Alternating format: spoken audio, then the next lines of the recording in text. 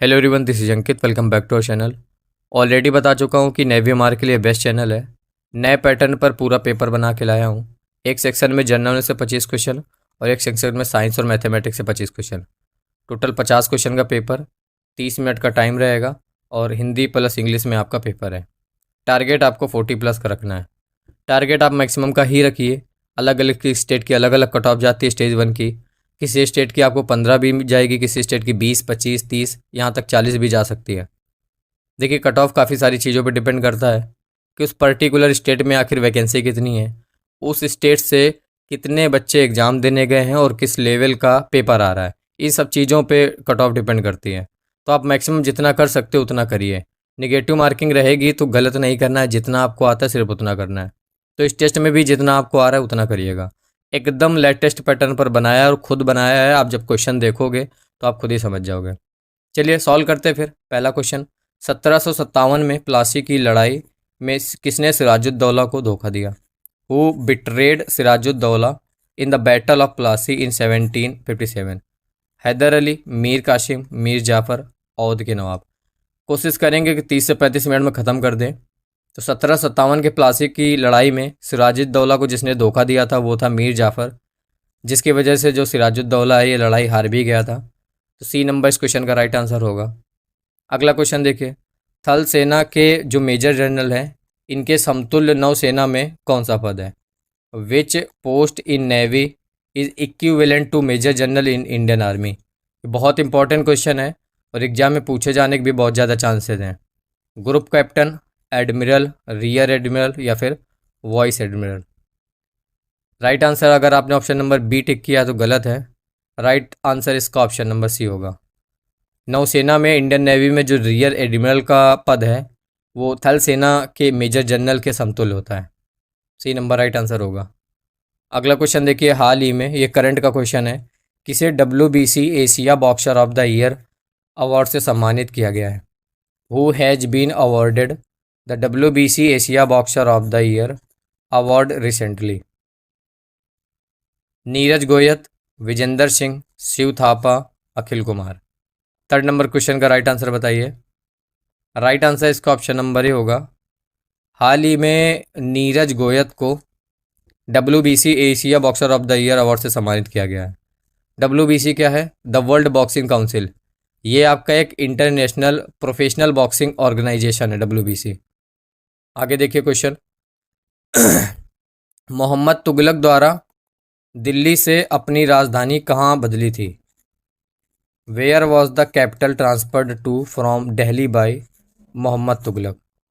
Agra, Lucknow, Firozabad, Daulatabad. Fourth number question का answer बताइए। मोहम्मद तुगलक ने अपनी जो राजधानी है दिल्ली से दौलताबाद में स्थानांतरित की थी। तो डी नंबर इस क्वेश्चन का राइट आंसर होगा। अगला क्वेश्चन देखिए, निम्नलिखित में से कौन सा यूनेस्को द्वारा स्थापित एक पुरस्कार है? Which of the following is an award instituted by the UNESCO? अच्छा, यूनेस्को का फुल फॉर्म काफ़ी इंपॉर्टेंट है, एग्जाम में पूछा जा सकता है। सभी लोग लिखिएगा और स्पेलिंग सही होनी चाहिए। कलिंग पुरस्कार, अर्जुन पुरस्कार, अंतर्राष्ट्रीय समझ के लिए, नेहरू पुरस्कार या फिर द्रोणाचार्य पुरस्कार? तो राइट आंसर बताइए फिफ्थ का। अच्छा, राइट आंसर इसका ऑप्शन नंबर ही होगा। यूनेस्को द्वारा जो पुरस्कार है स्थापित किया गया वो कलिंग पुरस्कार है। अगला क्वेश्चन देखिए, मानव अधिकार दिवस कौन से दिन मनाया जाता है? On which day is human rights day is celebrated? 1 दिसंबर, 10 दिसंबर, 8 मार्च, इनमें से कोई नहीं। तो सिक्स्थ नंबर क्वेश्चन का राइट आंसर बताइए। राइट आंसर इसका ऑप्शन नंबर बी होगा। मानव अधिकार दिवस कौन से दिन मनाया जाता है? प्रत्येक वर्ष 10 दिसंबर को मनाया जाता है। अगला क्वेश्चन है, निम्नलिखित में से कौन सी नदी मकर रेखा से 2 बार गुजरती है? Which of the following river passes through the tropic of Capricorn twice? Vaal, Limpopo, Niger, Zambezi. Seventh का राइट आंसर बताइए। तो लिम्पोपो जो नदी है ये आपकी मकर रेखा से 2 बार गुजरती है। तो option number B right answer होगा। अगला क्वेश्चन देखिए, पुरातन नालंदा विश्वविद्यालय किस राज्य में स्थित था?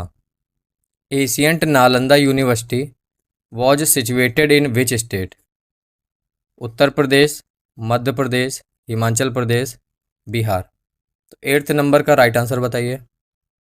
देखिए, पुरातन नालंदा विश्वविद्यालय ये आपका बिहार राज्य में स्थित था। तो डी नंबर जिसने भी टिक किया सही है जवाब। अगला देखें। ओके, किसकी अध्यक्षता में ब्रिटिश सरकार ने 1834 में पहले विधि आयोग की स्थापना की थी? The first law commission was established in 1834 by the British government under chairmanship of Lord Macaulay, Dalhousie, Canning या फिर नॉर्थब्रुक। तो किसकी अध्यक्षता में जो पहली विधि आयोग की स्थापना की गई थी?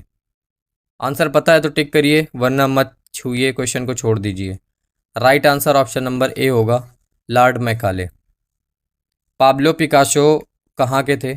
Where was Pablo Picasso from? Spain, Italy, France, Great Britain. बताइए पैब्लो पिकासो कहाँ के थे? तो पैब्लो पिकासो जो थे ये आपके स्पेन के थे। तो ऑप्शन नंबर ए राइट आंसर होगा। जैसा मैं पेपर आपको करवा रहा हूँ वैसे ही आएगा एग्जाम में। लेवल थोड़ा ऊपर नीचे भी होगा क्योंकि हम काफ़ी सारे पेपर आपको करवाएंगे। तो कोई इजी टू मीडियम होगा, कोई मीडियम टू हाई होगा, कोई पूरा पूरा पेपर मीडियम लेवल का होगा। तो अलग अलग टाइप के हम पेपर आपको करवाएंगे। इंकलाब जिंदाबाद का नारा किसने दिया? हु कॉइंड द स्लोगन इंकलाब जिंदाबाद? सुभाष चंद्र बोस, बाल गंगाधर तिलक, मौलाना हसरत मोहानी या फिर सुखदेव। तो इंकलाब जिंदाबाद का नारा किसने दिया? अगर आपको पता है तो टिक करिए, वरना छोड़ दीजिए। मौलाना हसरत मोहानी ने दिया। Option number C right answer होगा। आगे क्वेश्चन देखिए। निम्नलिखित में से किसे भारत रत्न से सम्मानित किया गया है? Who among the following dignitaries has been awarded the Bharat Ratna? Shri Aditya Birla, Sushri Lata Mangeshkar, Shri Lalu Prasad Yadav या फिर इनमें से कोई नहीं। अच्छा, इस टाइप का क्वेश्चन आ ही जाता है एग्जाम में, और राइट आंसर इसका ऑप्शन नंबर बी होगा। सुश्री लता मंगेशकर जी को भारत रत्न से सम्मानित किया गया है इनमें से जो ऑप्शन आपके सामने दिए हैं। आगे देखिए, हरित क्रांति का सर्वाधिक प्रभाव किसमें देखा गया था? The impact of green revolution was felt most in the case of गेहूँ, दालें, चावल या फिर तिलहन। तो हरित क्रांति का सर्वाधिक प्रभाव देखा गया था गेहूं में, व्हीट में। ए नंबर राइट आंसर होगा। अगला क्वेश्चन देखिए। IAEC का पूरा नाम? What is the expansion of या फुल फॉर्म ऑफ IAEC?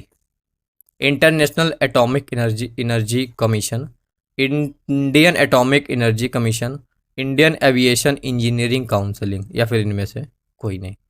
तो 14th का जिसको भी आता है टिक करिए, नहीं आता है छोड़ दीजिए। अगर ABC कोई भी टिक किया है तो आपका जवाब गलत है। इसका जो राइट आंसर है वो ऑप्शन नंबर डी होगा। इनमें से कोई भी जो है वो IAEC का फुल फॉर्म नहीं है। अच्छा, आपके एग्ज़ाम में फुल फॉर्म 110% आएगा। पहले जो थे वो 2 या 3 फुल फॉर्म पूछे जाते थे नेवी में, लेकिन लास्ट बैच का जो पेपर था काफ़ी टफ था, इसलिए एक ही पूछा गया था। तो पेपर का लेवल अगर मीडियम रहा तो इस बार भी 2-3 फुल फॉर्म आएंगे, वरना एक नंबर आपका सॉलिड है कि एक तो आएगा ही आएगा। जितने फुल फॉर्म है आप तैयार कर लीजिए। IAEC का फुल फॉर्म होता है इंस्टीट्यूशनल एनिमल एथिक कमेटी, याद कर लेना। अगला क्वेश्चन देखिए। निम्नलिखित कंपनियों में से कौन सी भारत की सार्वजनिक क्षेत्र की कंपनी नहीं है? Which among the following companies is not a public sector companies in India? तो PFC, IIFCL, IRCL या फिर हिंदुस्तान जिंक। इनमें से कौन सी ऐसी कंपनी है जो पब्लिक सेक्टर की नहीं है? तो हिंदुस्तान जो जिंक है ये कंपनी आपकी पब्लिक सेक्टर की नहीं है। डी नंबर राइट आंसर होगा।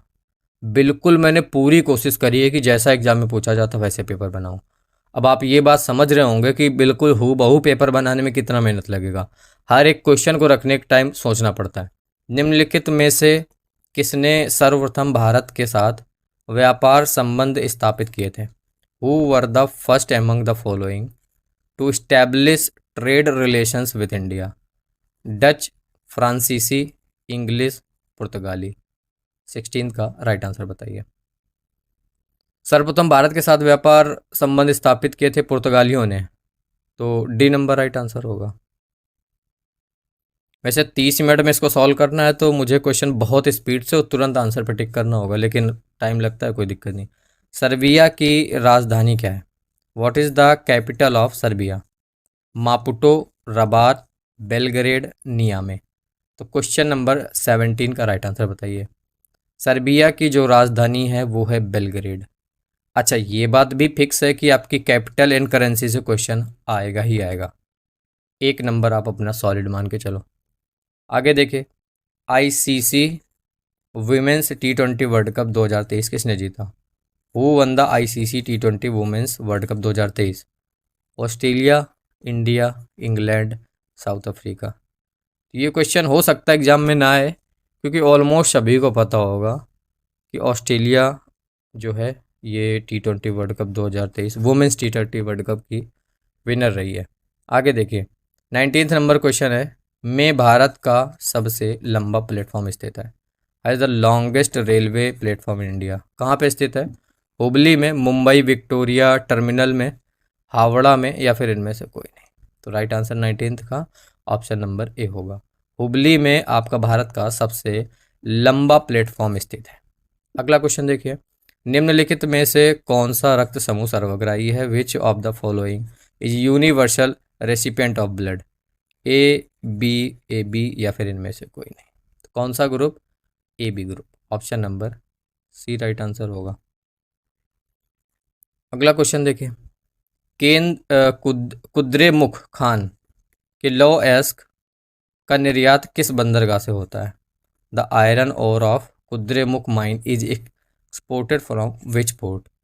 तूतीकोरन, चेन्नई, कोचीन, या फिर मंगलौर? 21 का राइट आंसर पता करिए, पता है तो बताइए। कुद्रेमुख खान के लौ एस्क का निर्यात होता है मंगलौर बंदरगाह से। Option number D right answer होगा।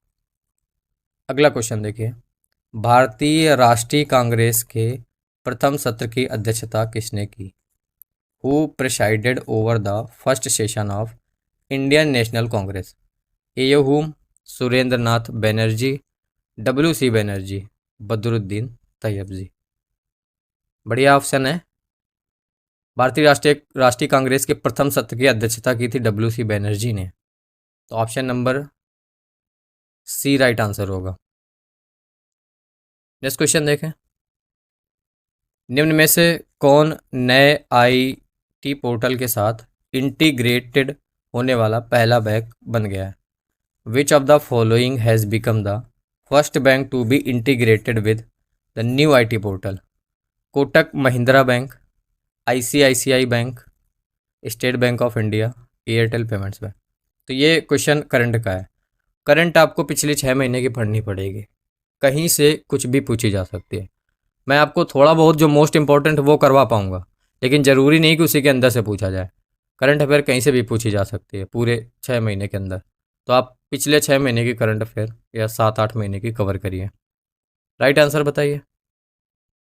कोटक महिंद्रा बैंक इस क्वेश्चन का राइट आंसर होगा, option number A.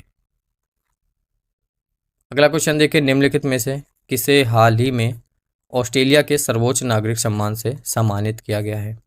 Who among the following has recently been awarded Australia's highest civilian honour? Narendra Modi ji, Dalai Lama, Ratan Tata ji, Krishna Narayana Murthy. तो 24 का राइट आंसर बताइए। ये भी करंट अफेयर का क्वेश्चन है और आपके एग्जाम में 3 क्वेश्चन कम से कम करंट अफेयर के आपको मिलेंगे। राइट आंसर इसका ऑप्शन नंबर सी हो जाएगा। हाल ही में रतन टाटा जी को ऑस्ट्रेलिया के सर्वोच्च सम्मान नागरिक सम्मान से सम्मानित किया गया है। लास्ट क्वेश्चन हमारे जीके सेक्शन का, ग्लोबल जेंडर गैप इंडेक्स 2022 में भारत का कौन सा स्थान प्राप्त हुआ है? What is the rank of India in the global gender gap index 2022? 101, 115, 126, 135। अच्छा, ये भी करंट का क्वेश्चन है। ग्लोबल जेंडर गैप इंडेक्स 2022 में भारत को जो स्थान प्राप्त हुआ वो है 135 हुआ, तो ऑप्शन नंबर डी इस क्वेश्चन का राइट आंसर होगा। तो आपने जीके लगाई 25 क्वेश्चन, 0.25 निगेटिव मार्किंग के साथ अपना स्कोर लिखिए कि जीके में कितना रहा। और आपने पूरा जीके का पेपर देखा होगा तो हर एक क्वेश्चन में काम किया गया है। पूरा पेपर हमने तरीके से तैयार किया जैसा आपके एग्जाम में पूछा जाता है। अगर आपको वीडियो पसंद आई है, हमारे क्वेश्चंस पसंद आते हैं, अब जब ये मैं फ्री में यूट्यूब पे करवा रहा हूँ तो सोचिए जो हम आपको पीडीएफ प्रोवाइड करते हैं उसमें क्या ही कंटेंट डाले होंगे। तो ये हमारा नेवी एमआर का कंप्लीट महा पीडीएफ है जिसमें आपका साइंस है, मैथ है और जीके। यूट्यूब के इतिहास में पहली बार ऐसा पीडीएफ बना है। पूरा जो ऑफिशियल सिलेबस हमने चैप्टर वाइज बनाया हुआ है। 4000 MCQs हैं चैप्टर वाइज, हिंदी और इंग्लिश दोनों लैंग्वेज में।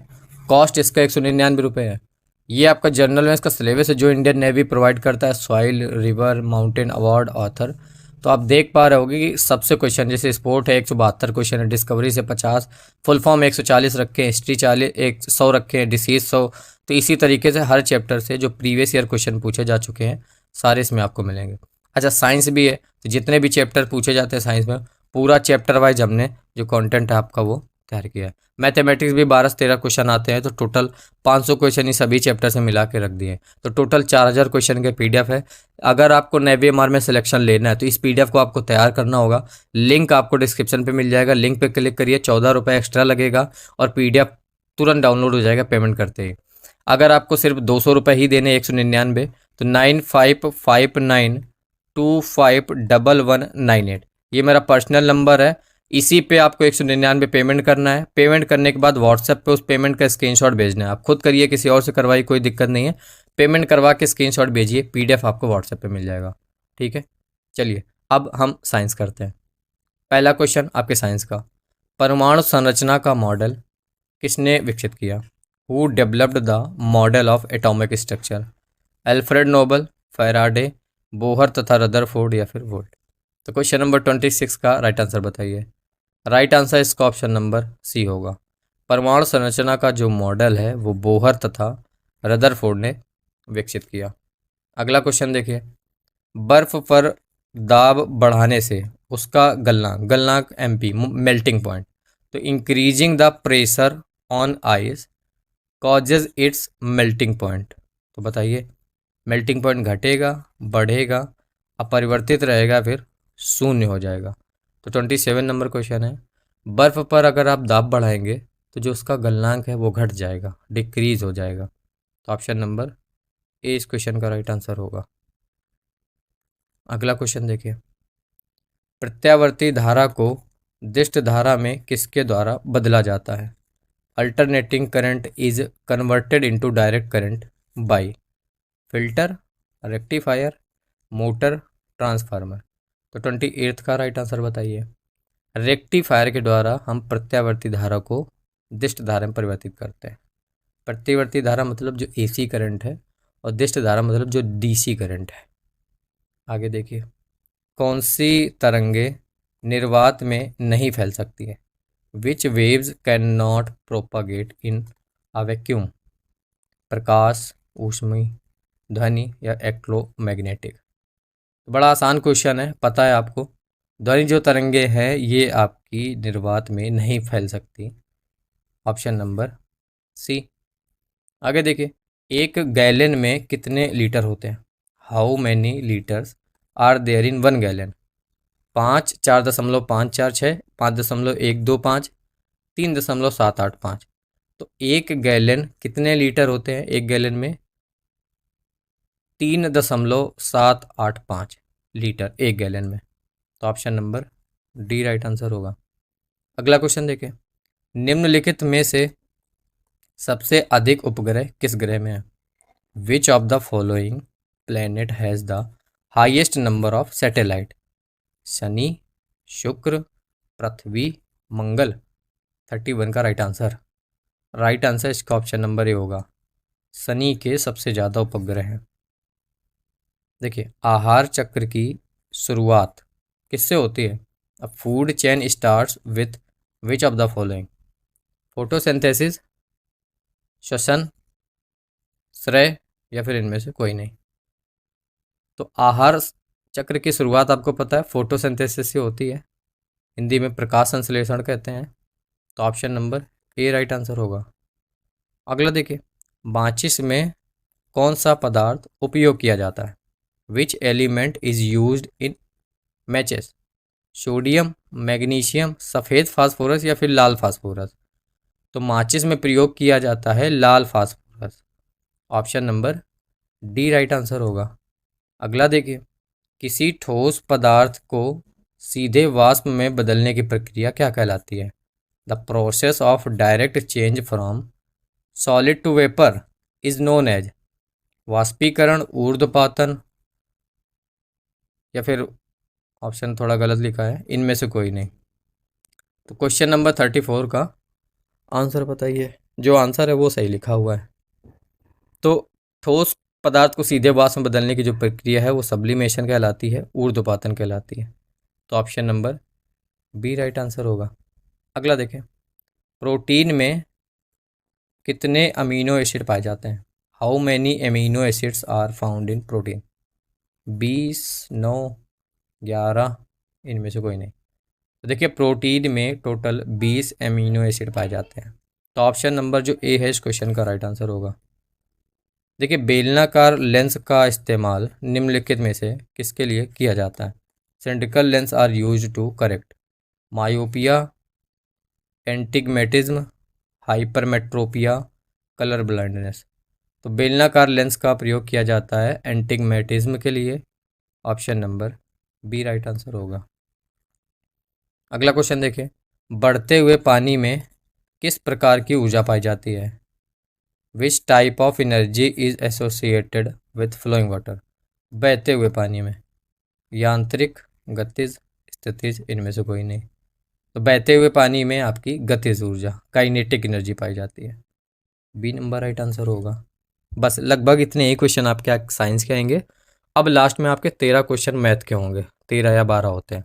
अब कुछ लोग कहते हैं कि क्या आप मैथ का एक भी क्वेश्चन अगर तो भी पास हो सकते हैं? बिल्कुल पास हो सकते हो। अगर आपके स्टेट की कट ऑफ 15-20 जाती है तो आप जीके और साइंस पे फोकस करिए बस, क्योंकि मैथ जो है ये आपकी साइंस के साथ में है। तो ऐसा नहीं है कि जो मैथ है वो अलग सेक्शन में उसको करना कंपलसरी नहीं। मैथ के आप एक भी क्वेश्चन ना करो अगर कट ऑफ कम जाती है। बाकी जिस स्टेट की कट ऑफ ज़्यादा जाती है उनको मैथ तो करना ही पड़ेगा। तो यहाँ पे हमने साइंस के क्वेश्चन थोड़े से ज़्यादा रखे हैं।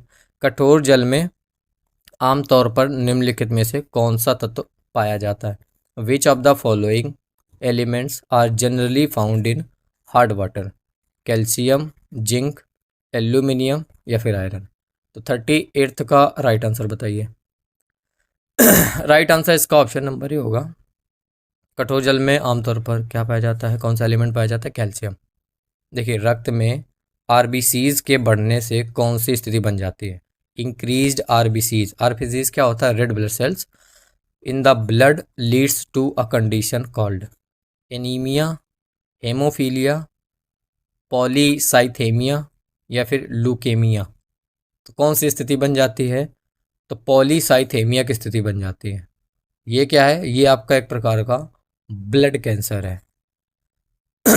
अगला क्वेश्चन देखिए, वायरस के द्वारा इनमें से कौन सी बीमारी फैलाई जाती है? Which of the following disease is spread by virus? Polio, plague, tetanus, dengue. बताइए। राइट आंसर इसका ऑप्शन नंबर ही होगा। इनमें से जो बीमारी वायरस के द्वारा फैलती है वो है पोलियो। तो ये थे आपके साइंस के क्वेश्चन जो कि टोटल 15 की है। बताइए आपका 15 में 0.25 में नेगेटिव मार्किंग के साथ क्या स्कोर रहा? लेवल ठीक था साइंस का भी, ज़्यादा हाई भी नहीं था और ज़्यादा लो भी नहीं था। बाकी जीके का लेवल बढ़िया था, मीडियम का। अब हम मैथ करेंगे 10 क्वेश्चन। पहला क्वेश्चन है, एक आदमी ने 360 रुपये में 144 संतरे खरीदे, 10% के लाभ से बेच दिए, तो उसने प्रति दर्जन किस दर से संतरे बेचे? जो इंग्लिश वाले इंग्लिश पढ़ लेना।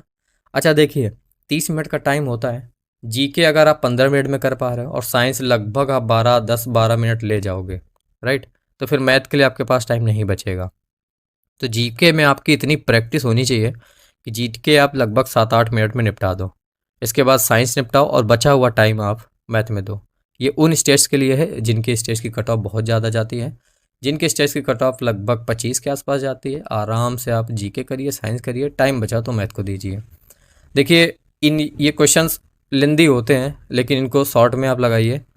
क्या लिखा हुआ है? 144 संतरे खरीदे। आपको बताना है क्या है? प्रति दर्जन किस दर से संतरे बेचे। तो 144 ये नंबर दिए हैं तो इसको आप दर्जन में अगर परिवर्तित करोगे तो ये 12 का ही स्क्वायर होता है, 12 से कट करोगे तो 12 दर्जन यहाँ पे आ जाएगा। कितने संतरे हैं? 12 दर्जन। अच्छा, 360 रुपये में 144 संतरे खरीदे हैं, तो इसको अगर दर्जन में परिवर्तित करोगे तो 360 मतलब एक दर्जन का आप निकालोगे कि एक दर्जन कितने रुपए का है, तो 12 से डिवाइड करोगे। ठीक है, ज़्यादा लैंग्वेज नहीं लिखनी, अगर ऐसे ही करोगे तो ये आ जाएगी 30 रुपये पर दर्जन।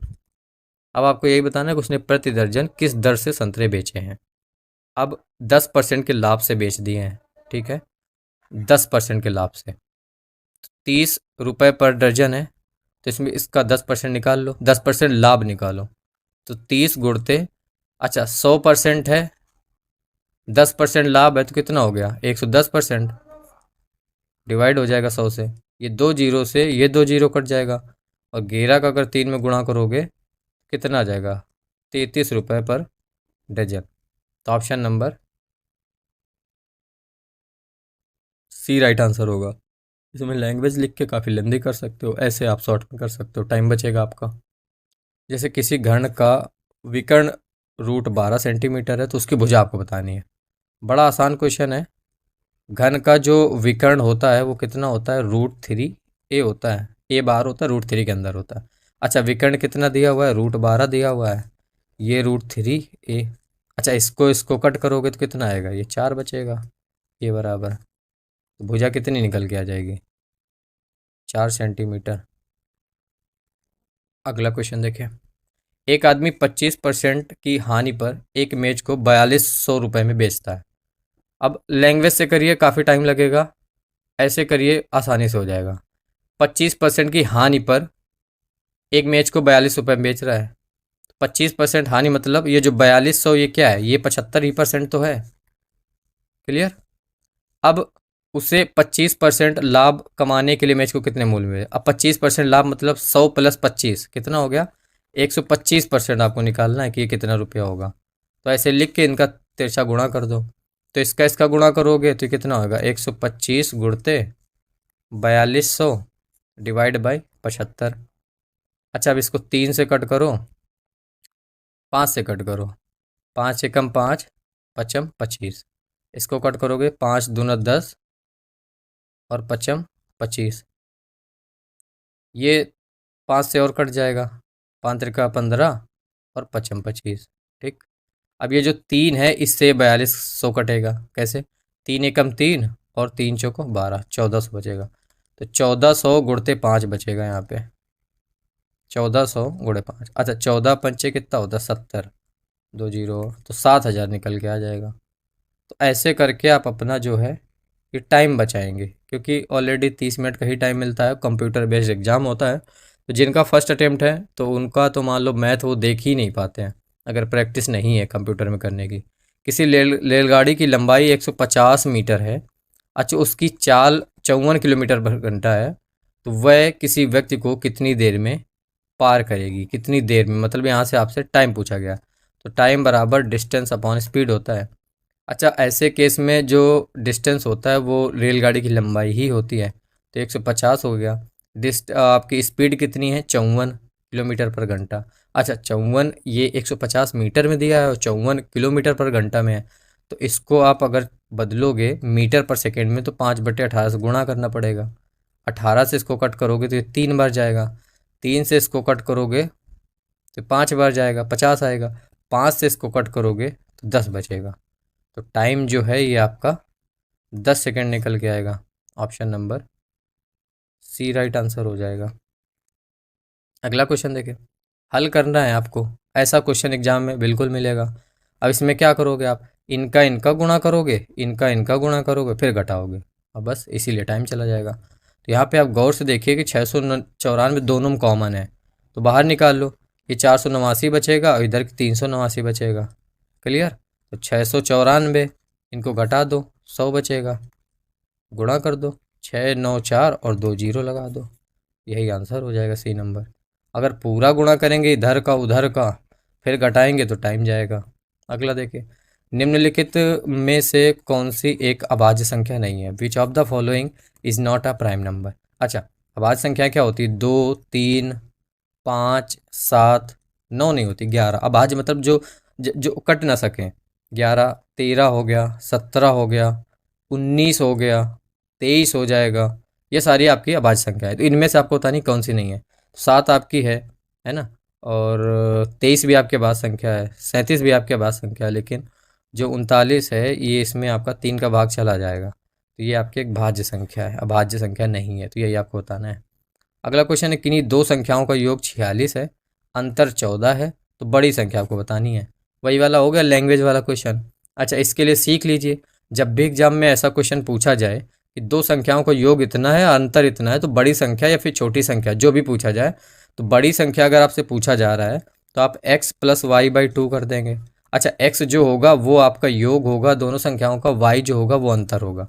अच्छा, छोटी संख्या अगर आपसे पूछी जा रही है तो x माइनस वाई बाई 2 आप कर देंगे। करके देखिए, बड़ी संख्या आपसे पूछी जा रही है, x मतलब 46 और y मतलब 14/2, कितना होगा ये 60/2, कितना आया 30। तो बड़ी संख्या आपकी 30 निकल के आएगी, और ये आंसर एकदम सही है, आप चेक भी कर सकते हो। अब अगर आपसे छोटी संख्या पूछा जाए तो दोनों को घटा के 2 से डिवाइड कर देंगे, तो एग्जाम में ऐसा क्वेश्चन पूछा जाएगा। टाइम बचाने के लिए इस तरीके से आप कर लेना। 48 नंबर क्वेश्चन है, निम्नलिखित संख्याओं का गुणनफल में इकाई अंक क्या है। अब ये आपका गुणनफल दिया हुआ है, इसमें इकाई अंक पूछा गया है, तो आप इन सबका गुणा करेंगे, फिर जो इकाई अंक होगा बता देंगे कि इकाई अंक ये है। तो ये नहीं करना है, इससे आपका टाइम जाएगा, इसीलिए क्वेश्चन दिया गया कि जिसको आता है वो तो जल्दी कर लेगा, जिसको नहीं आता है वो पूरा गुणा करने बैठेगा। करना क्या है आपको कि सिर्फ इकाई के अंकों का गुणा करना है। अब 1 का गुणा आप 9 में करोगे तो कितना आएगा, 9 आएगा। ठीक, अब इस 9 का जो गुणा है वो आप 1 में करेंगे तो कितना आएगा, फिर से 9 आएगा। अब इस 9 को गुणा आप 9 में करेंगे तो कितना आ जाएगा, 81 आएगा। अब यहाँ पे 2 डिजिट हो गए, आपको सिर्फ इकाई वाला लेना है, फिर से 1 लेना है, तो 1 का गुणा आप यहाँ पे 6 में करिए तो कितना आ जाएगा, 6। ये आपकी इकाई का अंक हो गया ए नंबर। तो अगर ऐसा क्वेश्चन पूछा जाता है तो आप ऐसे ही करेंगे, पूरा गुणा नहीं करेंगे। 49 नंबर क्वेश्चन है, 16 के वर्गमूल तथा 4 के वर्ग का गुणनफल ज्ञात कीजिए। अच्छा, 16 का वर्गमूल, ये 16 का वर्गमूल हो गया, 4 का वर्ग, ये 4 का वर्ग हो गया, ये तो बोला गया है, बताइए कितना होगा। अच्छा, 16 का वर्गमूल कितना हो गया, ये 4, और 4 का स्क्वायर 16, कितना हो गया 64। ये तो आसान सा क्वेश्चन है, और 2-3 क्वेश्चन आपको इसी टाइप के एग्जाम में भी देखने को मिलेंगे, एकदम आसान क्वेश्चन। लास्ट क्वेश्चन है, यदि a ratio b ratio 3 ratio 4 ratio 7 है तो a plus B plus C ratio C बराबर होगा। आसान सा क्वेश्चन है, समझिए। a बराबर यहाँ पे 3, b बराबर यहाँ पे 4 और c बराबर यहाँ पे 7 है। क्या है, a plus B plus C ratio c है। a कितना है, 3 प्लस 4 प्लस 7 रेशियो 7। अच्छा, 7 4 11 और 3 14, 14 रेशियो 7 हो गया, कट कर दो, 2 रेशियो 1। ऑप्शन में देखिए 1 रेशियो 2 भी दिया है, लेकिन राइट आंसर क्या होगा, 2 रेशियो 1। तो ऑप्शन नंबर ए राइट आंसर होगा। तो ये थे आज का नेवी का कंप्लीट प्रैक्टिस सेट जो कि हमने सॉल्व किया। कैसी लगी वीडियो कमेंट करके बताइए, और आपका जो स्कोर रहा वो ज़रूर बताइए। सब लोग 0.25 नेगेटिव मार्किंग के साथ बताया करिए कि आपका स्कोर क्या रहा। डेली प्रैक्टिस, या डेली तो नहीं करवा सकते, लेकिन 2-3 दिन में एक प्रैक्टिस सेट पेपर मैं आपको करवाता रहूँगा, जिससे मुझे पता चलता रहेगा कि आपका स्कोर कैसे बढ़ रहा है। अभी आप कमेंट बॉक्स में देख लेना, काफ़ी लोगों का 10 स्कोर आएगा, काफ़ी लोगों का 20 भी आएगा, कुछ लोगों का 40 भी आएगा। तो हर टाइप का स्टूडेंट है, धीरे धीरे जिसका 10 आ रहा है वो अच्छा अपना जीके साइंस अच्छा करेगा, और देखना एग्ज़ाम आते आते वो लगभग 30-35 सही करने लगेगा। तो आपका कितना सही हुआ कमेंट कर बताइएगा। नेवी मार की महा PDF ले लीजिए, कोई भी आप मॉक टेस्ट लगाओगे आप 35-40 आराम से सही करोगे, क्योंकि उसमें जो कंटेंट दिया पूरा चैप्टर वाइज दिया है। 199 रुपये का ये PDF है। ये नंबर दे रहा हूँ मैं आपको 9559 और 251198, यही मेरा पर्सनल व्हाट्सएप नंबर है, यही मेरा पेमेंट नंबर है, और सिर्फ एक ही नंबर है। इसी नंबर पे आपको 199 रुपये पेमेंट करनी है, और इसी नंबर पे व्हाट्सएप अकाउंट पे आपको स्क्रीनशॉट भेज देना। ज़्यादा मैसेज मत करिए, ज़्यादा कॉल मत करिए, मुझ पर भरोसा रखिए। 199 रुपये पेमेंट करके व्हाट्सएप पे स्क्रीनशॉट भेजिए, मैं आपको PDF दे दूँगा। बाय।